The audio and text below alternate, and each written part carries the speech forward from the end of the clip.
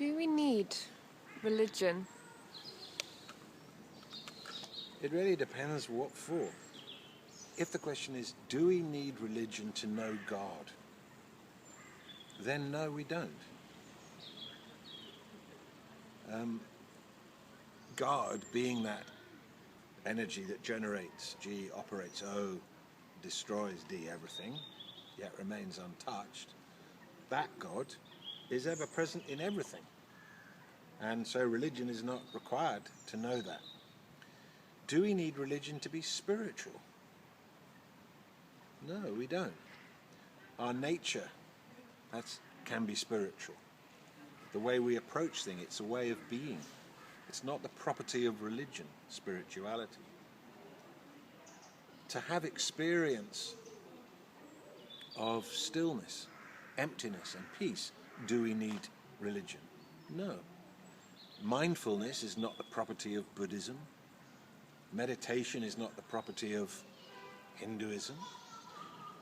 These things have been collated and they've been in these religions and they've been protected and embraced by these religions. But these are things that you can do without any belief structure whatsoever.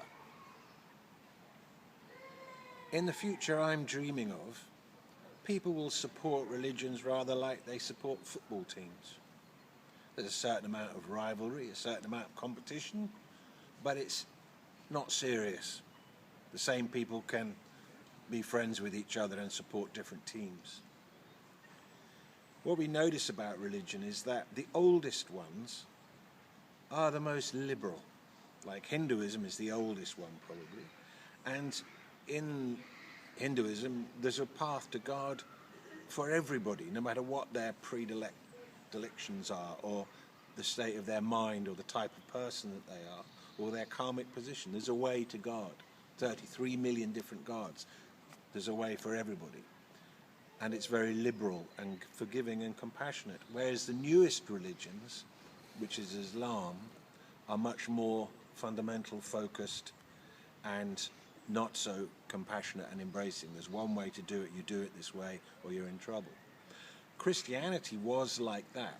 Islam is now 1400 odd years old, and Christianity, when it was that age, was the same as Islam is now. So religion's mellow.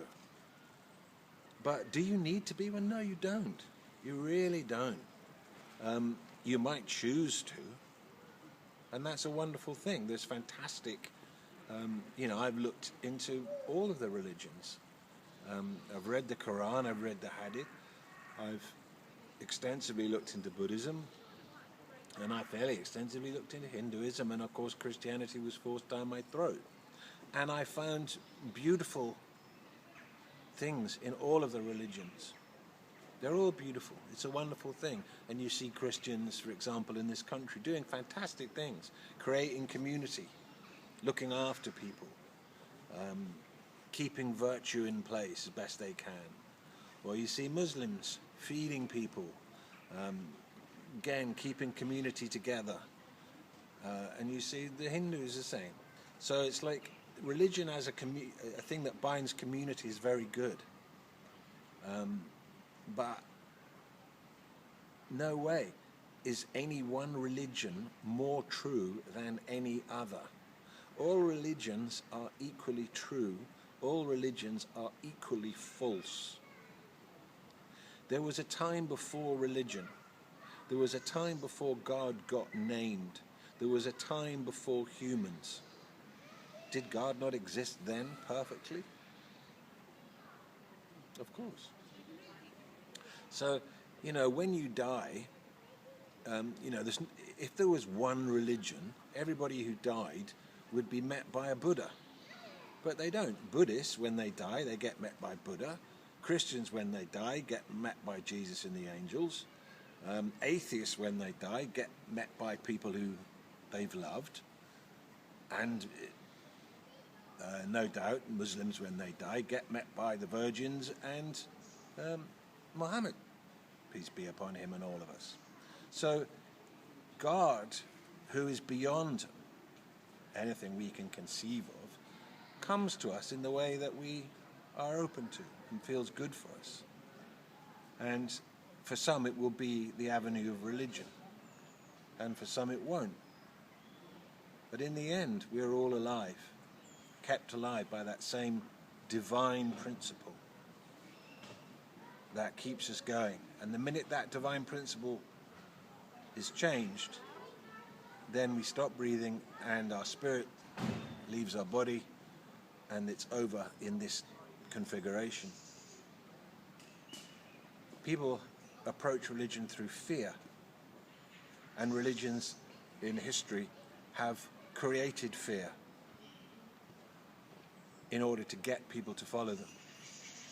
This is not what my future, the future I'm dreaming about the eon that I'm dreaming of, that kind of thing will stop.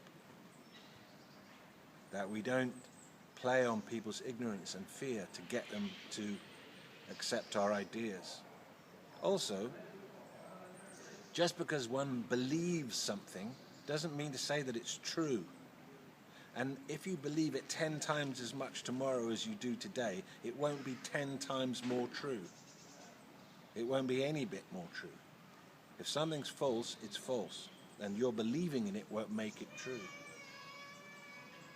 So what is important for humanity is that we move out of an era of belief and into an era of direct experience and knowledge.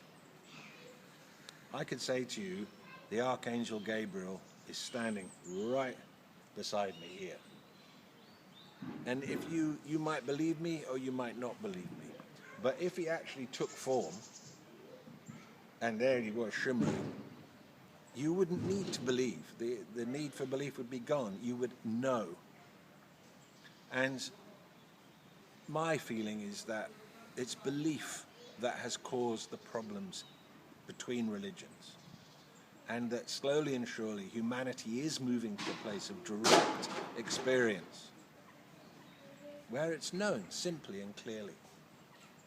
And this is the beginning of a fantastic time for humanity, when direct knowledge is, like it says in the Bible, the knowledge of God will cover the earth as the waters cover the sea. And that's the time that I'm dreaming of. That's what I'm dreaming into being, because I know it's possible. And then religions will be fantastic containers for the beautiful light of God. All the religions talk about the beautiful light of God. And that's what they are. They're containers for it. They refract it slightly differently, so it's suitable for people with different natures. But if your belief makes you go against your heart, I think there are things that human beings innately know. That killing is not of the heart. That creating hate is not of the heart. And if one's belief moves us against that, what we know in our heart, then we're going backwards rather than forwards into greater understanding. And, you know, we have to make a choice. We have to choose love. We have to choose peace. We have to choose knowledge. We have to choose the light. Otherwise, this paradise will turn into hell.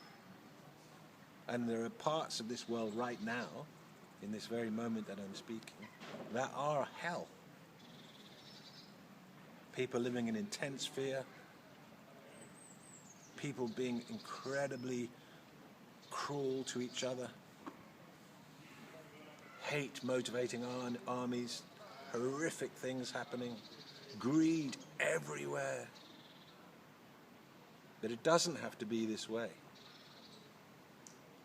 And one of the things religions have done is to hold that vision that there is another way. Another way is possible, but I don't think it's going to be a world religion. In fact, I don't think it's going to have anything to do with religion. Another way is possible, and it's People recognizing what actually is inside us already.